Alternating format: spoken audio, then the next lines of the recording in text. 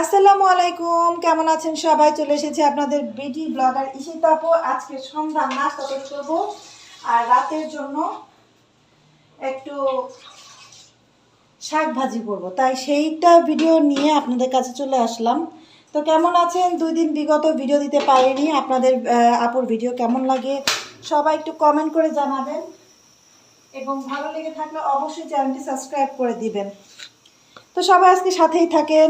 কীভাবে আপু করি, আপুর ভিডিওগুলো আমি দেই, মানে আপুর মানে কিভাবে কি করি আমি। আবার কি এখানে হচ্ছে পানির মধ্যে লবণ দিয়ে দিচ্ছি এবং একটু তেল দিব। আপনারা এরকমভাবে দেন কিনা আমি জানি না, বাট আমি কিন্তু এরকম করেই দিই। তাহলে হয় কি আটা নরম হয়। তো একটু পরোটা বানাবো এই সন্ধ্যার জন্য, যাতে নাস্তার জন্য। তো দেখতে থাকুন। এই যে পানিটা বলক হয়ে আসছে, এখন হচ্ছে আমি আটা দিয়ে দিব। অনেকগুলোই করতেছি, পরিমাণ মতো দিয়ে তারপর হচ্ছে এখন এটাকে নাড়াচাড়া করব।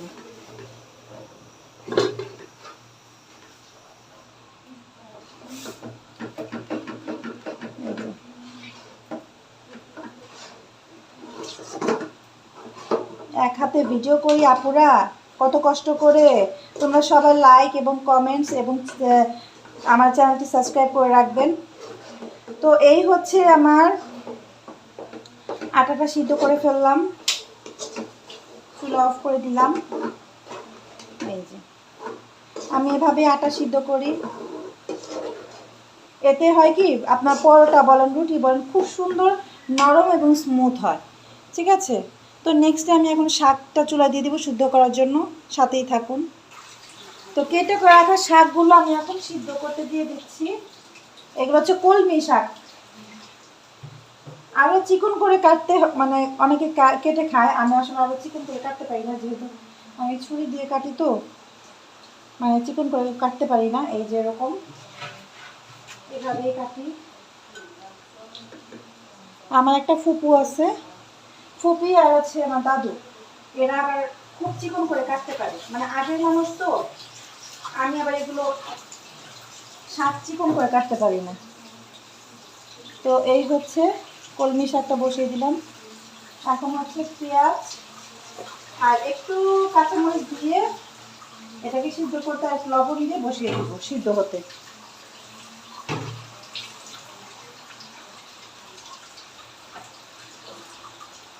তো এখানে হচ্ছে আমি পেঁয়াজ, কাঁচামরিচ, তারপর হচ্ছে রসুন কেটে রেখেছি। তো এগুলো পরে দিব বাগারের জন্য, আগে কেটে রাখছি। আর এখানে হচ্ছে কাঁচামরিচটা দিয়ে দিলাম, তারপর হচ্ছে কিছু পেঁয়াজ দিয়ে দিলাম। এখন হচ্ছে দিয়ে দিব লবণ। লবণটা দিয়ে এটা সিদ্ধ হতে দিব আর ঢেকে রাখবো। অনেক শাক এখানে, অনেক।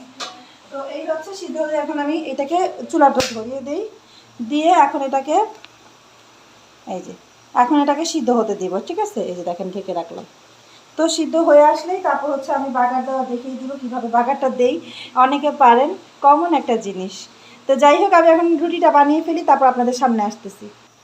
এখানে আমার শাক সিদ্ধ করা হয়ে গেছে অলরেডি। আমি এখন একটু রুটিটাকে ভেজে, এখানে এই যে আপু তাওয়া বসিয়ে দিচ্ছি, এখন একটু পরোটা ভেজে নিব। তো এটা হচ্ছে আমার সন্ধ্যার নাস্তা। তারপর আপনাদের মাঝে শেয়ার করলাম, যেহেতু প্রতিদিনের ব্লগ আপনাদের মাঝে দিয়ে থাকি। তো এই তাওয়াটা একটু গরম হতে সময় লাগবে। এই যে তাওয়া গরম হয়ে গেছে, আমি এখন পরোটা ভাজবো। এগুলো হচ্ছে সন্ধ্যার নাস্তার জন্য আপুরা। তারপর হচ্ছে শাকটাকে হচ্ছে একটু করে নিব। শাক হয়ে গেছে সিদ্ধ, তো ওইটাকে হচ্ছে বাগার দিব, সেটাও আপনাদেরকে মাঝে দেখাবো। তো এই পরোটাটা একটু ভাজতেছি। আর আপনারা সবাই আমার ব্লগগুলো ভালো লেগে থাকলে অবশ্যই আমার চ্যানেলটি সাবস্ক্রাইব করে রাখবেন। আর আপু কিন্তু লাইভে আসি বিকাল দুপুর হচ্ছে মানে 4টার দিকে লাইভে আসি হচ্ছে আপনার ড্রেসের লাইভে, আর আড্ডা লাইভে আসি 9টার দিকে। সো আপনারা সবাই জয়েন হয়ে যাবেন। আর ভিডিওগুলো ভালো লেগে থাকলে অবশ্যই একটা করে লাইক, চ্যানেলটি সাবস্ক্রাইব করে দিবেন এবং সাথেই থাকুন। আমি হচ্ছে শাক বাগার দিয়ে তারপর হচ্ছে আমি ভিডিওটা শেষ করব, সাথেই থাকেন আপুরা। তো এই যে আমি পরোটা ভেজে ফেলতেছি, একটু তেল দিব। অনেকে বলবেন পরোটা খাওয়া খুবই খারাপ, আসলে স্বাস্থ্যের জন্য অনেক খারাপ পরোটা। তারপরও সন্ধ্যার নাস্তার জন্য আজকে একটু করি। এই রোজা বা ঈদ শেষে হচ্ছে এই প্রথম হচ্ছে আমি ঘরে আর কি সন্ধ্যার জন্য নাস্তায় যে তৈরি করলাম রুটি পরোটা। তো সবাই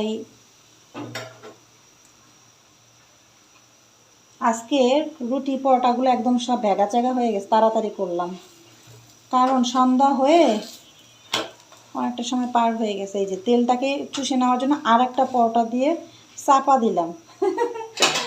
আপনি আমার মধ্যে কেউ কারা করেন, না করলেও করবেন যদি তেল বেশি খেতে না চান। তো এই হচ্ছে, এভাবে সবগুলো পরোটা আপুরা ভেজে নিব।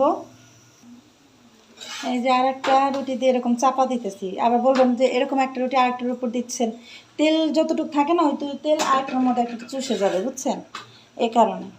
তো এভাবে সবগুলো রুটি, যাকে রুটি আমার ছাকা শেষ। এখন হচ্ছে ওই যে শাকটা ভাজি করে নেব। আর রুটিগুলো আমি দেখাচ্ছি না কেন, একটা পাতিলে রাখছি। হ্যাঁ, এই যে রুটিগুলো ভাজা শেষ, পরোটাগুলো। তো তারপর চা আবার বানাবো। এখন হচ্ছে কাজটা আগে আমি এই কড়াইটা শুকিয়ে গেলে তারপর হচ্ছে শাকটা বাগার দিয়ে নেবো। আপনারা কি বলেন, বাগার বলেন না ভাজি বলেন, একটা যে কোনো একটা হইলেই হইলো। তো আমি শাকটা বাগার দিয়ে দিব আর কি, বাগার বলেন ভাজি বলেন কি। আবার অনেকে তো দেখা গেছে ফেসবুক ইউটিউবে মানে এই কথাগুলোকে আবার ভুল ধরে, ঠিক আছে, অনেক ভুল ধরে যে এইটা হবে না ওইটা হবে, ওইটা হবে না ওইটা হবে। আমি যেটা বলি সেটাই আর কি বললাম আপনাদের সাথে। যাই হোক, এই যে আগে ফার্স্টে শুকনো মরিচটা দিয়ে একটু ভেজে নিচ্ছি। একটু তেলটা বেশি দিছি। আর পেঁয়াজ রসুনটা দিব। এইটা একটু ভাজা হয়ে গেলেই তারপর পেঁয়াজ রসুনটা দিয়ে ওই শাকগুলোকে, এভাবেই তো সবাই মনে হয় ভাজি করে।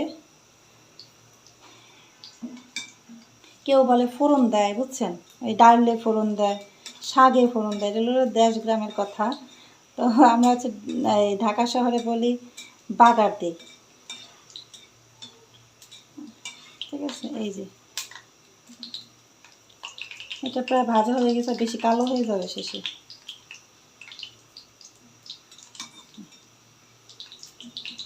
এখন এই যে পেঁয়াজ আর রসুনগুলো দিয়ে দিলাম।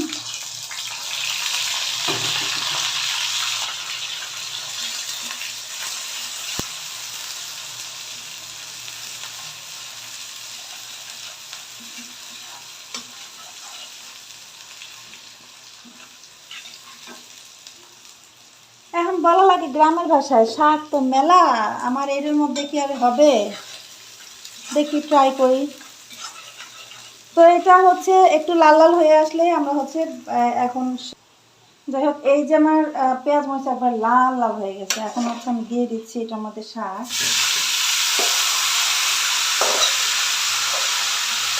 আমি চেষ্টা করি যে এইটার মধ্যে ঢেলে ফেলে মানে ভালো হয়েছে,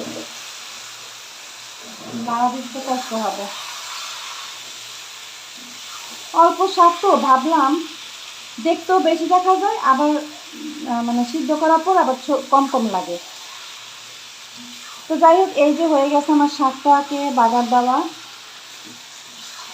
তো এই পর্যন্ত ছিল আজকের ভিডিও। আসলে পেঁয়াজ ভাজতে ভাজতে দেখা গেছে যে ভিডিওটা অনেক লং হয়ে যায়। তো ভালো লেগে থাকলে অবশ্যই আমার চ্যানেলটি সাবস্ক্রাইব করবেন, লাইক করবেন, শেয়ার করে দেবেন ভিডিওগুলো। সবাইকে ভালো থাকেন। আসসালামু আলাইকুম।